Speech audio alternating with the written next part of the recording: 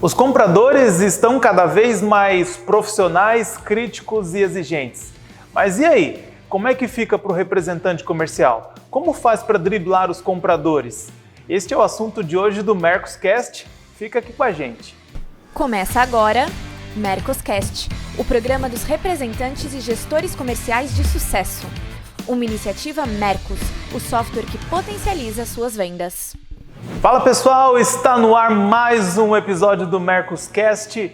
Este é o seu programa quinzenal para YouTube e podcast e que traz as melhores dicas para você, representante ou gestor comercial. O meu nome é Itamar Alexandre, eu atuo como gerente de contas aqui na Mercos e hoje nós vamos falar de um assunto muito importante que é sobre o cenário de comprador versus representante comercial ou vendedor.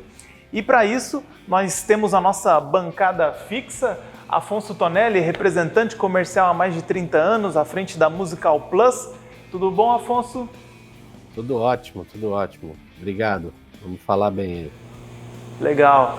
E também Marcelo Caetano, gestor empresarial, conselheiro de várias empresas, palestrante, sócio da Venda Mais, está aqui com a gente para colocar um pouquinho da experiência que ele tem nessa relação aí entre comprador e vendedor também. Tudo bom, Caetano? Tudo bem, Itamar? Prazer estar aqui com vocês mais uma vez, prazer estar aqui com o Afonso. Vai ser um papo bem interessante.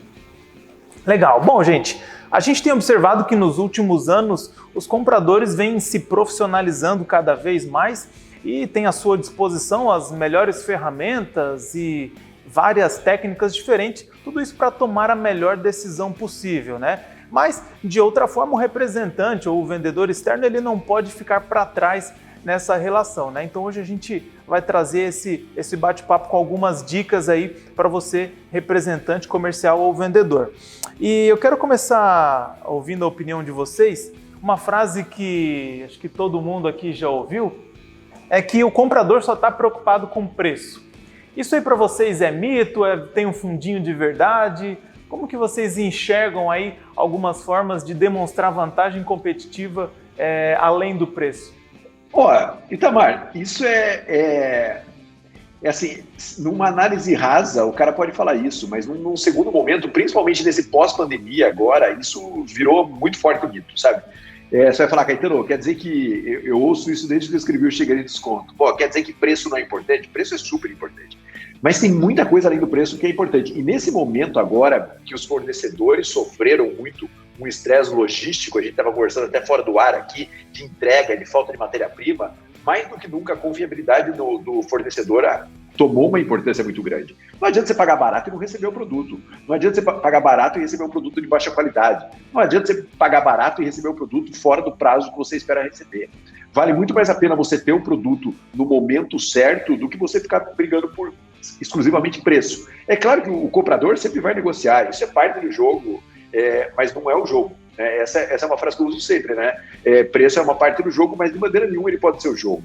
E quando a gente analisa só uma questão de preço, a gente está esquecendo. Esses dias eu fiz uma postagem lá nas minhas redes sociais falando, o carro mais vendido do mundo é o Corolla, o celular mais vendido do mundo é o da Apple, é o iPhone, os produtos mais vendidos do mundo são produtos de marca, de uma consolidação da imagem, não são os mais baratos. E as empresas que são mais duradouras no mundo são as que vendem produto de maior valor agregado. Eu acho que o grande ponto é assim, como investir tempo para agregar valor no que eu vendo, no produto que eu vendo, como eu coloco o serviço do produto que eu vendo, ou como eu coloco mais serviço no serviço que eu vendo. Esse deve ser o grande desafio. E se ele está bem posicionado? Se ele está bem posicionado em relação a mix, que é algo que eu tenho falado muito e estou trabalhando sobre esse assunto com muita força, que você tem que ter um mix interessante, porque senão você fica encurralado também. Você tem que ter um equilíbrio de mix para que você não precise dar desconto. Ou seja, você tem que ter produto que pode competir, você tem que ter produto que é médio, você tem que ter produto de top de linha. Para que você, de uma maneira estratégica, faça com que seu mix proteja a questão sua de precificação. Então, no meio de toda essa confusão, com certeza que preço é importante, mas não é fator primordial na decisão do comprador, não. Eu compartilho da mesma opinião, não é preço. A gente, como representante comercial, eu sempre defendi que o que a gente tem que apresentar ou demonstrar para o comprador, ou para o cliente, ou principalmente para a pessoa do comprador, é agregar atendimento, é agregar estrutura e agregar informação, né? Porque o comprador pequeno, de uma loja pequena, que geralmente é o dono, ele quer ser bem atendido por ele ser o dono, aquela coisa toda, e ele quer um atendimento de qualidade, rapidez, eficiência e tal. E o comprador de uma grande rede, de uma grande loja, de um grande atacado, ele precisa hoje de muita informação que o representante tem que passar, a indústria tem que passar. É peso, é tamanho, é NCM, um monte de informação para ele colocar essa plataforma, esse produto dele nas plataformas dele, que se ele não tiver um atendimento, você não consegue vender para ele. E isso acontece hoje no meu setor, muita indústria não consegue vender para A ou B por falta de informação, por falta de estrutura de colocar a informação, colocar o produto para dentro da plataforma do cliente. Então, eu acho que o preço é, sim, um fator importante, é óbvio, mas eu também tenho uma coisa que eu aprendi com negociações, é que o milagre do preço, sinceramente, ele quase não existe, né? São poucas as indústrias, e óbvio, eu estou falando, pensando no meu atendimento aqui, nas minhas representadas, a diferença entre quem compra, em aspas, mal e quem compra bem é muito pequena, a ponto de o cara só pensar em preço. Eu acho que o comprador hoje está mais pensando no pacote de ofertas que você tem para ele com relação a produto, entrega, como o Caetano disse. Isso é fantasticamente importante hoje. Quem está entregando o produto, quem tem um saque, quem tem assistência técnica, o comprador está muito ligado nessas outras coisas que não só preço, viu, Itamar? Pode ter certeza disso. Sem contar também, né, Afonso, isso que você falou é extremamente importante, sobre o quanto as empresas estão cada vez mais reduzindo os seus estoques, né? Ninguém está ficando mais com o produto parado, então acho que o comprador ter essa segurança de que ele vai conseguir pedir, ele vai ter uma rapidez na entrega, né, e que aquela empresa vai conseguir, né, rodar o fluxo, né, que ele tem de pedido de uma maneira rápida é essencial, né? Não tenho dúvida disso. Eu acho que por mais que a gente, o comprador, óbvio, vai brigar por preço, se você agregar essas outras coisas, você vai estar um passo à frente, talvez, do seu concorrente, né? Legal. Gente, uma outra coisa que também é importante é a gente analisar o perfil dos compradores, né? E um comportamento que a gente enxerga, às vezes, em algumas empresas, é que o mesmo representante que atende aquele cliente pequeno do comércio local é o mesmo representante que atende uma grande distribuidora, enfim, algum outro grande cliente. Na opinião de vocês, esse é o melhor formato? Tem alguma regrinha para identificar o perfil diferente de comprador? Como que vocês enxergam essa questão? Olha, vou dar aqui minha opinião. Seja representante comercial, seja empresa, a gestão geográfica é a gestão mais preguiçosa que existe, né? Porque ela é preguiçosa, porque o mesmo representante, veja, Afonso tem a equipe dele. O Afonso tem os clientes grandes e médios e pequenos dentro da região. O cara que tem perfil para atender cliente grande não tem perfil para atender cliente pequeno. E o pior, quando ele começa a atender cliente grande, ele não quer mais atender cliente pequeno, né?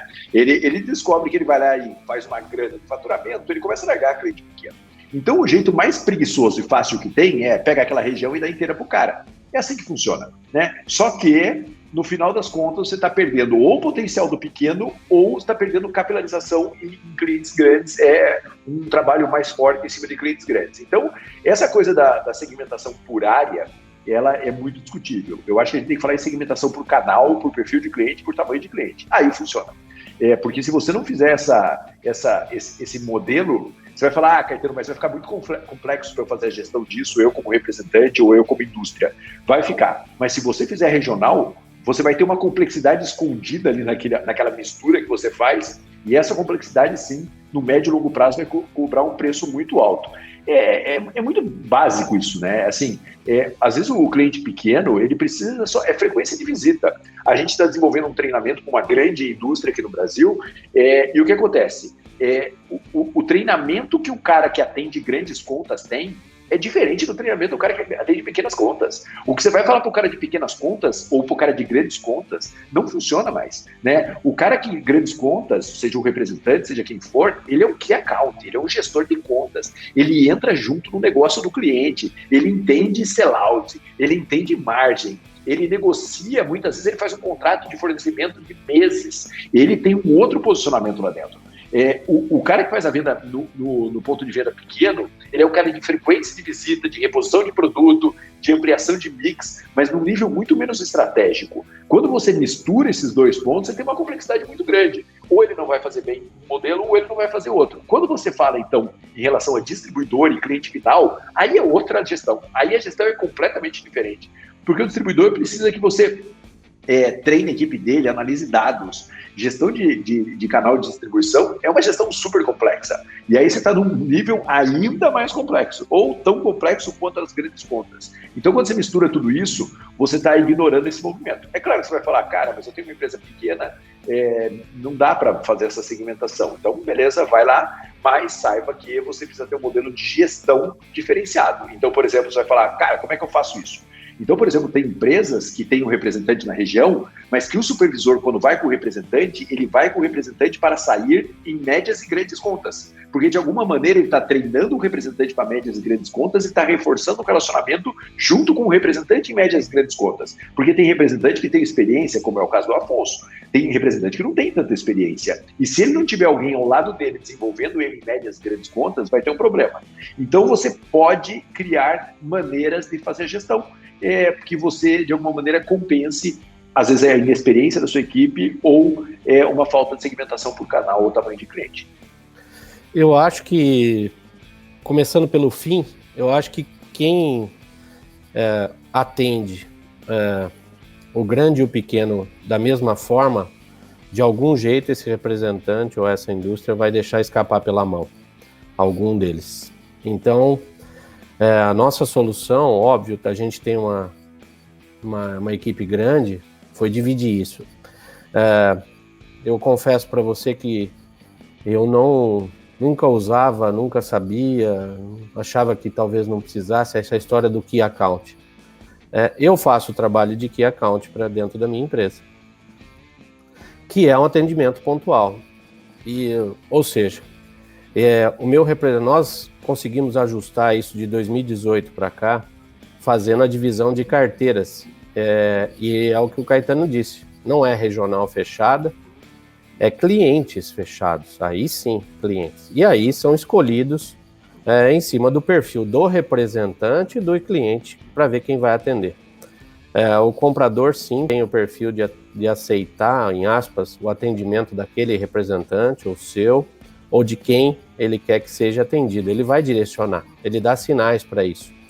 E eu acho, o Caetano falou de um ponto aí, distribuidor, e aí é que eu disse na primeira intervenção ali de que alguns representantes não conseguem atender distribuidores e atacadistas ou grandes magazines, é porque ele não consegue atender.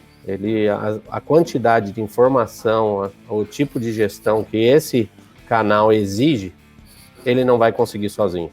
E se ele o fizer, não vou dizer que não há, se ele o fizer, ele vai esquecer dos clientes pequenos, porque toma um tempo, é uma gestão absurdamente demorada, é uma exigência de dados muito grande.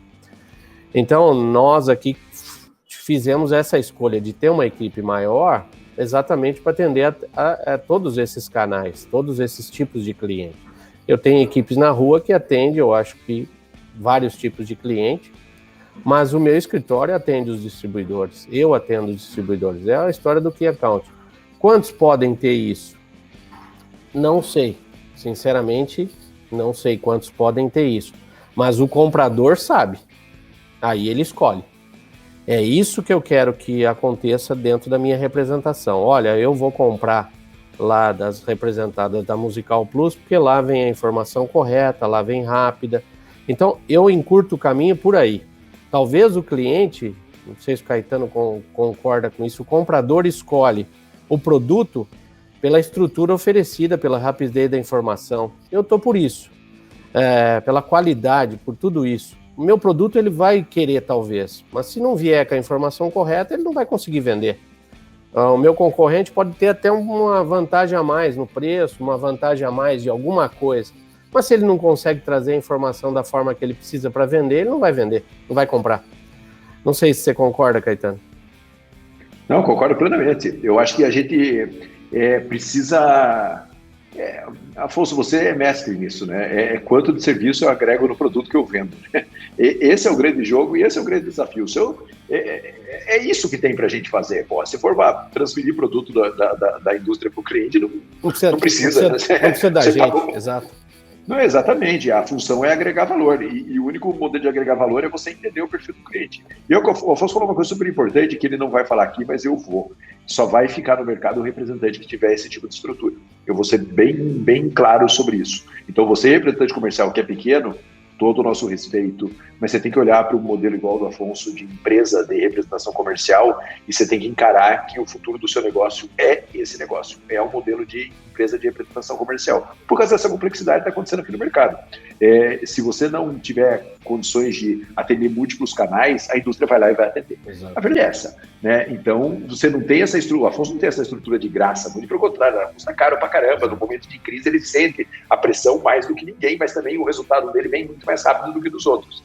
Então, você, representante, pode estar falando, cara, mas não dá para fazer. Ok, pode ser que nesse momento não dê, mas você tem que fazer um planejamento para que a sua representação chegue nesse modelo. Isso não significa ter uma região gigante, isso significa ter controle sobre a região que você atua, né? E aí você vai falar, cara, entre crescer a região descontroladamente ou ter uma região menor, onde você, líder de uma representação comercial, consiga atender grandes contas, um preposto consiga atender médias e pequenas contas, você já está fazendo essa segmentação. Então, às vezes, com uma pessoa na sua estrutura, você já faz isso. Ou um televendas que faz pequenas contas, que você no campo abre e você vai trabalhar melhor as grandes contas, você já está fazendo isso. Então, não é assim uma mega estrutura, mas é uma mínima estrutura para que você consiga atender canais de uma maneira diferenciada e pensar estrategicamente sobre a sua representação, e você que é empresário, sobre a sua equipe comercial. Mesma coisa, né? Você tem que tomar essas decisões. Cuidado muito com regiões enormes, porque muitas vezes você perde o controle e vai fazer mal feito.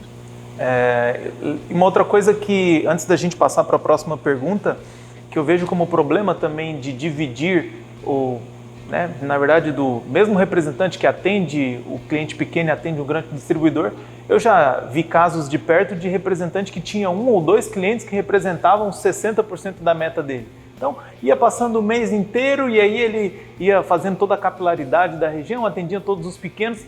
Chegava na última semana, esse cara ainda não tinha recebido o pedido do grande, era um desespero, e o gestor cobrando cadê o pedido, e aquele cara ficava entre não bater a meta e bater, dependendo daquele cliente. Muitas das vezes sacrificava a margem que ele tinha para poder entrar o pedido, porque em determinadas situações, às vezes o distribuidor está com estoque legal, nem ia precisar pedir, mas aquilo que o Caetano fala, chega na curva do desespero ali da última semana, e isso se acentua ainda mais quando o mesmo vendedor atende esses 2 modelos, né? Isso aí mostra a gestão, né? Quando o cara tá dependendo de dar 2 tiros aí para salvar o mês dele. É a regra de Pareto, né? Que a gente fala bastante aqui, né? Não pode, a gente tem que cuidar para que 20% da sua carteira seja 80% do seu faturamento. Mas se esse 20% da sua carteira for 2 clientes, meu Deus do céu, né? Não dá. Eu acho que a gente tendo esses vários canais, a gente tendo uma equipe grande, a gente tendo um escritório fazendo ativo de vendas, um B2B fazendo receptivo, as visitas recorrentes, e a gente tendo o trabalho de um Key Account, que no meu caso sou eu acho que a gente fecha bastante brecha. E mais um dado para fechar aí, a indústria que não tem isso, ela enxerga na gente essa possibilidade de atendimento, ela acaba passando certos clientes para você atender. Afonso, atende aí que eu não tenho braço para fazer toda essa informação que o cara tem. Faz aí, atende aí, a comissão é sua. Então isso eu acho que a gente vender essa estrutura, por mais cara que seja, e como o Caetano disse, enxergar o que vai ser lá na frente, cara, é muito bom. O comprador, nós estamos falando de comprador, não pensem que o comprador não enxerga isso. É um engano achar que você está, em aspas, enganando o comprador de que você tem uma estrutura. Não dá para enganar. Eles sabem mais que a gente, com certeza. Itamar, só reforçando isso que o Afonso está falando, só acha que tem risco ter uma estrutura grande quem não calcula o risco de não ter estrutura. Exatamente. Quem não tem estrutura, a indústria vai direto lá. Então, assim, você, indústria, você, representante comercial, se você não tiver estrutura, o custo é muito maior e o risco é muito maior do que você ter uma estrutura compatível com a região que você atende. Bom, e vocês viram que a capacitação é extremamente importante, né? Então, além de seguir o Mercoscast, uma outra dica é que você conheça um dos cursos online do Marcelo Caetano. É um curso voltado especialmente para você, representante comercial. Então é só você clicar no link que vai estar aqui na descrição. Legal. Gente, e se a gente for pensar, né, no movimento de pré-venda, Afonso, o que é extremamente importante um representante saber e colher de informação antes de chegar na sala do comprador? Parece uma pergunta simples, mas que pega muita gente aí, né? Não é uma pergunta simples, mas é a cartilha do representante, né, Itamar? Pode parecer besta, mas se ele vai vender para um comprador, ele não sabe qual concorrente que está lá dentro, a que preço está pagando, que jeito que está chegando a mercadoria, e ele vai tentar vender um produto, ele vai levar uma raquetada. Porque se ele só for falar o meu preço é mais barato, vai levar outra raquetada, porque não é por isso só que vende, porque ele tem que saber, porque o representante hoje, né, somado à indústria, ele tem que vender, mas ele tem que oferecer um suporte para ajudar o cara a vender, lá na frente, na ponta. Ele tem que oferecer ou tem que mostrar que o teu produto também tem facilidade maior ou igual que o seu concorrente de vender. E se ele chega na frente do comprador sem essa informação, tipo, oi, tudo bem, eu vim aqui te vender, olha o meu catálogo, sem olhar vitrine, sem olhar o portfólio do cara, sem olhar se a logística do cara funciona. Tem comprador que você senta na mesa dele e ele fala, eu só compro com frete pago. E você não tem o frete pago. O que você vai fazer lá? Então trata disso antes, né? Trata dessas questões antes de chegar na frente do cliente. Então, o vendedor preparado, ele consegue, pelo menos, meio que empatar com o comprador. Se ele for despreparado, é raquetada. Ele perde na chegada, né, Caetano? Nossa, imagina, cara, você chega eu sempre brinco, né? Você chega na sala do comprador, ele tá na base dele, com o computador na frente dele, com os dados da empresa dele. Se você cair de paraquedas ali, ele já te atira descendo o paraquedas, né? Então, e eu vejo muito, sabe? Eu vou pra sala de comprador dentro dos nossos clientes, e é muito louco, cara, porque o cara chega lá com aquele papinho furado, até legal, faz aquele esquenta ali, funciona. Mas na hora que cai no técnico, o cara tá ali, de frente com a operação dele, ali na tela do computador dele, com todas as informações ali. Você não consegue enrolar. Ele sabe sellout, ele sabe sell-in, ele sabe concorrente, ele sabe margem, ele sabe tudo. Você, quando entra lá, você tem que saber tudo também. Senão você vai falar, o problema é ele não comprou por causa de preço. Porque você não tem outra coisa para falar, porque você tá muito raso na análise. Você tem que chegar ali muito pronto, sabe, muito estruturado, com muita informação do cliente, né? Eu volto a dizer de um artigo que eu escrevi já tem um tempo, já citei ele algumas vezes aqui, que a sala do comprador é o caixão do mau vendedor, né? A sala do comprador é o caixão do mau vendedor por causa disso, porque se ele não fizer toda uma análise de cenário, de cliente, de mix, de concorrente, de sellout, de tudo isso, e entrar na sala do comprador antes de fazer essa análise, ele cai morto ali na frente dele. o cara está muito bem preparado. E o pior comprador hoje, ele está bem preparado, porque é muita tecnologia, é muita informação, e ele vai sempre falar para você daquele produto que não girou, né? Ele sempre vai falar, cara, é aquele produto meu que não girou. E você tem que chegar e falar, pô, eu percebi que isso aconteceu, eu acho que dá para a gente fazer isso, dá para fazer aquilo. Senão você vai ficar ali na frente dele fazendo o quê? Né? Tendo talento, tendo lábia, isso leva até um bom tempo. Mas chega uma hora que você precisa ter conformidade e consistência. Isso também vai de encontro a essa questão que o Caetano falou sobre as ferramentas que o comprador tem. O representante também precisa ter do outro lado uma ferramenta que entregue para ele, né, todos os dados, que seja uma ferramenta simples e com poucos cliques que ele consiga, né, identificar. Hoje a gente não tem como lembrar de tudo mais, né, mas é extremamente importante o representante estar munido de todas essas informações na palma da mão, né? Isso aí é a outra página da cartilha. Se você não está monitorado ou com essas informações, não, é difícil para mim, por exemplo, mesmo que eu tenha uma carteira reduzida de clientes, se eu não tiver o sistema para me oxigenar o que o cara está comprando, o que ele comprou, quanto tempo ele não comprou, o que ele não comprou, eu vou chegar ali sem informação. E isso é ruim. Então, a gente tendo um sistema, qual a última vez que ele comprou, o preço que ele pagou, se girou, se não girou, conversar com o pessoal de vendas, como é que foi o produto, se ele está exposto, né? A gente hoje sofre muito, né? Com as lojas, falando de compradores pequenos e lojas pequenas, com o produto mal exposto, né? Mal treinado, né? As equipes são mal treinadas. Ou seja, se a gente oferecer esse pacote, eu vou treinar a sua equipe para você vender melhor, eu vou expor seu produto melhor, né? Eu tenho magazines que eu estou visitando alguns agora que eu voltei a viajar. Cara, você chega lá, o expositor tá em frangalhos, né? Então, isso também você tem que levar essa informação para o comprador e a hora que ele te falar, pô, não está vendendo aqui esse produto, você fala, meu amigo, mas olha como é que está sendo exposto. Eu conversei com o seu vendedor da loja tal, olha como é que está isso. Você tem que saber disso. Se você chega lá sem esse tipo de informação, não vai dar certo.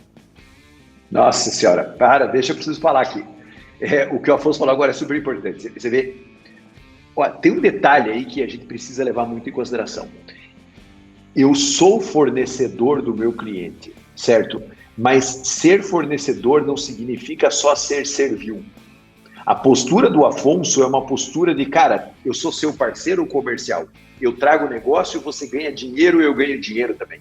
E se eu tiver que falar coisas que você deveria fazer, que você não está fazendo para gerar o produto, eu vou falar. Às vezes a gente acha que, não, eu tenho que chegar lá e sempre agradar o cara, e sempre não sei o quê. Não é isso. Ele não é mais importante que você, nem você é mais importante que ele. E você está no mesmo nível de importância. Isso dá um programa, dá uma edição só para falar sobre esse assunto, porque isso impacta muito em gestão de distribuidores também.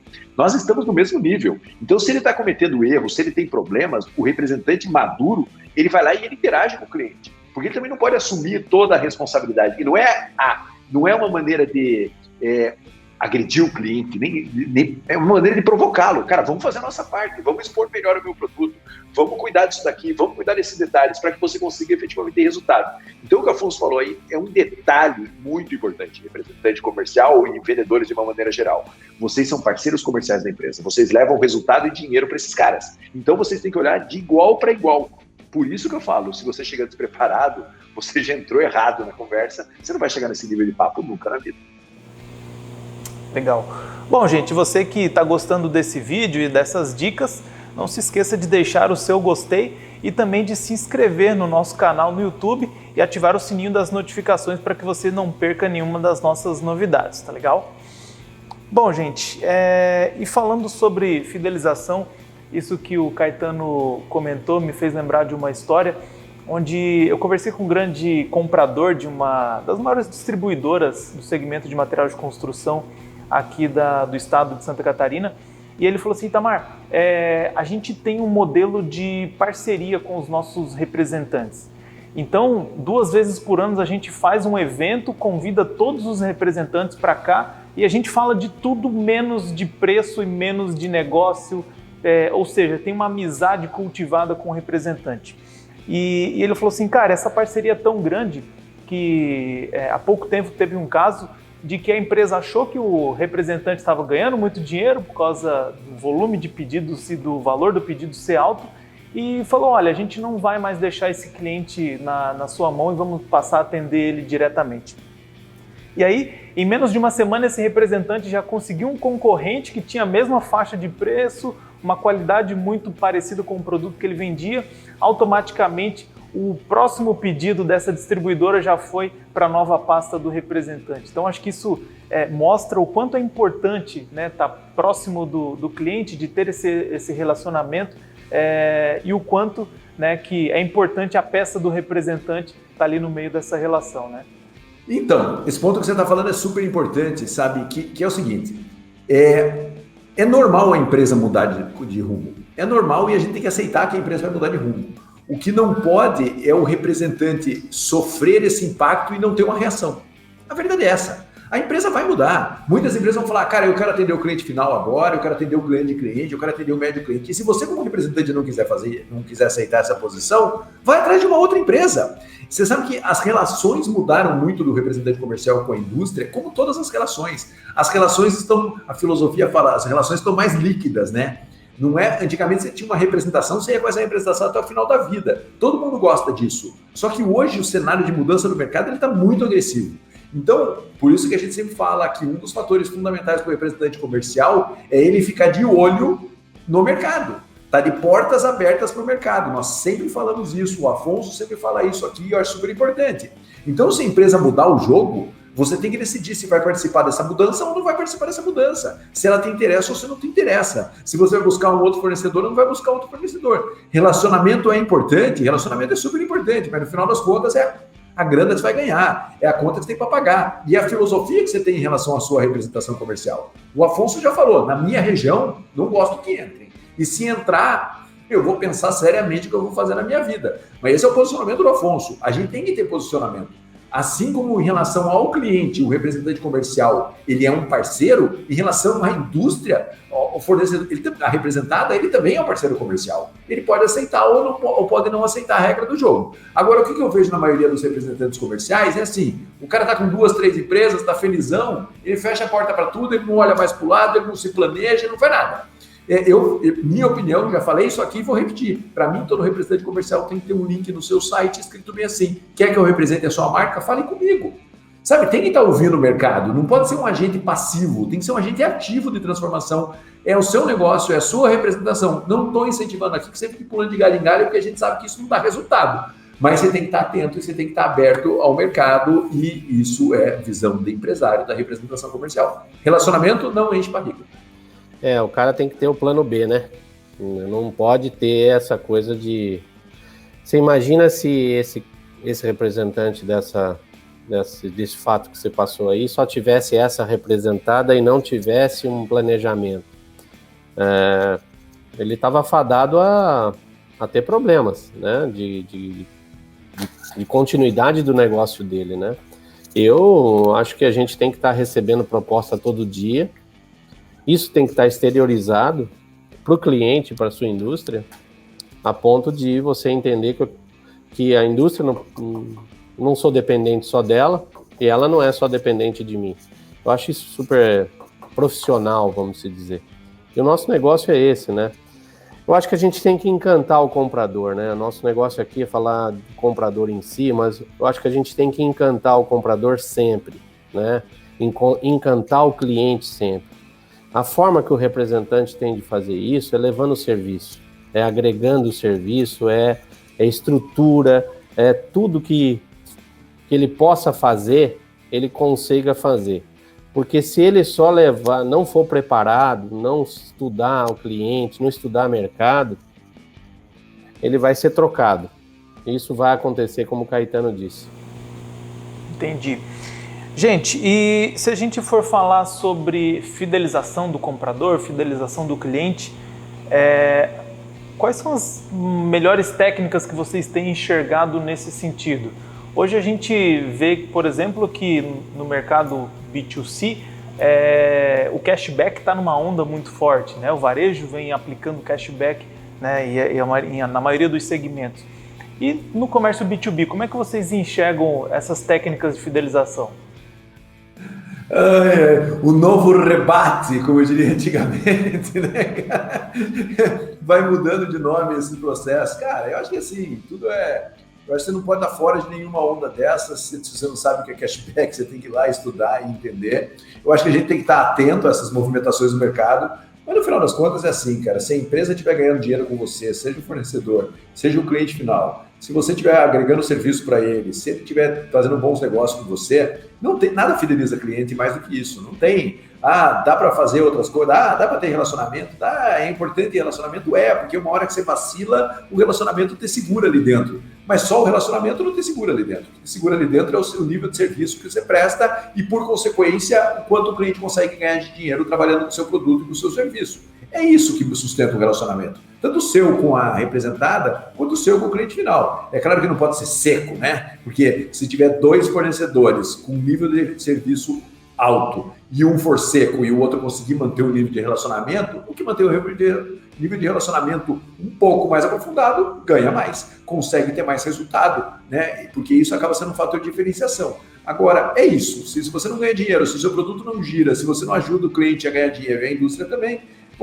de verdade, você não tem relacionamento que se sustente. E você que é da indústria, você que é gestor comercial, é isso. Se o seu cliente lá na ponta não estiver ganhando dinheiro, sustentar só no relacionamento, tem prazo de validade. Se a gente fosse enumerar a fidelização, né, o que leva à fidelização do cliente para com o seu produto, ou você como representante, mas as suas representadas, a primeira, na minha visão, é relacionamento, não tenha dúvida disso, né?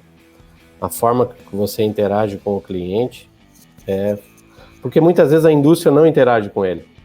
A indústria não tem relacionamento com ele e ele só tem o relacionamento com aquela indústria através de você.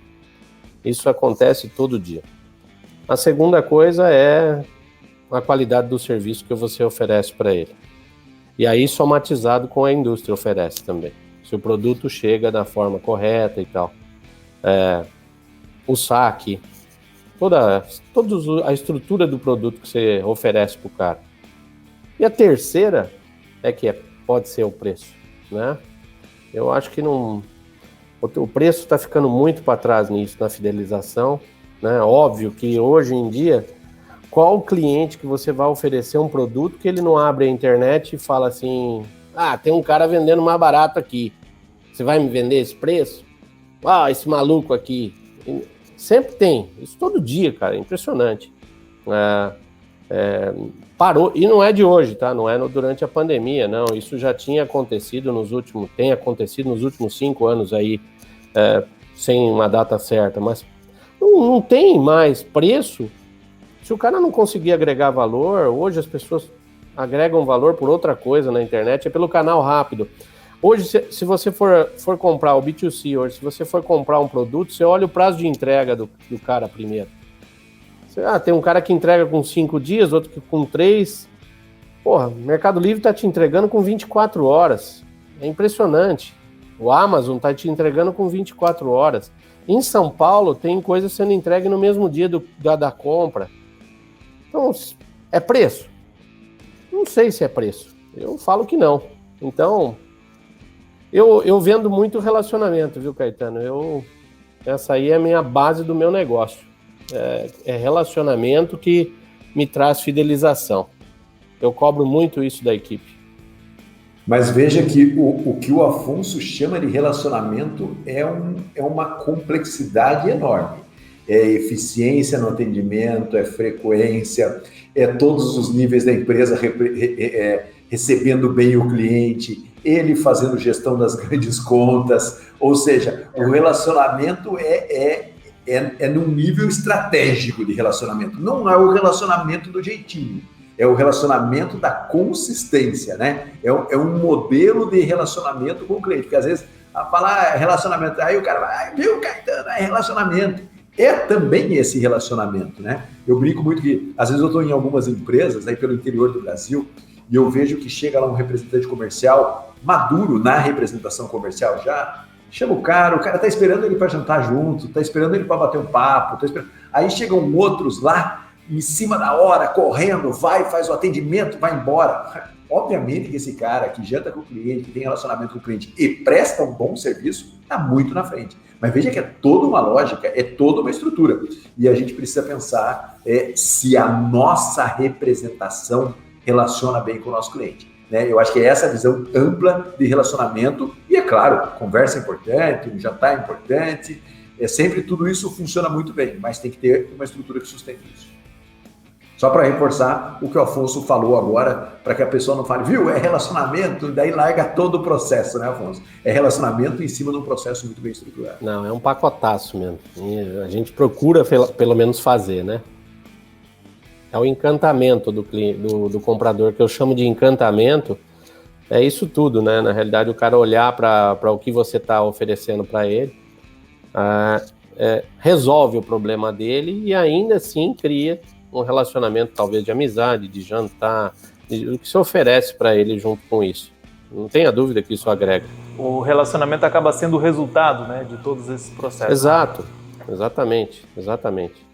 Eu acho que tem essas coisas Tem clientes que não são atendidos por mim, não é da minha carteira de clientes, e eles vêm no meu WhatsApp e agradecem ao atendimento, né? E eu não falei com ele. Então, esse é o que eu chamo de relacionamento. Eu não tenho relacionamento pessoal com ele, mas o relacionamento da minha empresa com a dele tem sido bom a ponto dele agradecer pelo atendimento. Isso é o encantamento que a gente tem que fazer com o comprador. Ele tem que se sentir confortável em todos os aspectos na hora da compra. Legal. Gente, finalizando aí mais um episódio, tem mais alguma coisa que vocês gostariam de comentar? Tem mais alguma técnica aí para driblar comprador? Você sabe, Itamar, que a técnica é não ter que driblar. A técnica é não ter que driblar. A técnica é ter um esquema de jogo que você não precisa chegar lá na frente e fazer mágica, que é o que a grande maioria, infelizmente, ainda faz. Exato, não tem mágica não. E outra, né? O que você não conseguiu entender do comprador ou do que ele quer, simples, pergunte. O que está te faltando? O que você precisa que eu não estou te fazendo? Aonde eu posso te ajudar? Não tenho vergonha nenhuma de dizer isso. Legal, muito bom. Gente, obrigado mais uma vez pela presença de vocês e por compartilhar tanta coisa boa aí para a nossa audiência. Nós nos vemos no próximo episódio. Valeu. Obrigado, Itamar. Obrigado, Caetano. Um abraço. Um abraço. Bom, e se você gostou desse vídeo, compartilha ele com os teus amigos, compartilha lá no grupo dos teus representantes, com os teus colegas e, claro, né, coloca em prática tudo aquilo que você pode aplicar aí no seu dia a dia e aí na sua empresa. Nós nos vemos daqui 15 dias no nosso novo episódio, então ótimas vendas e até mais!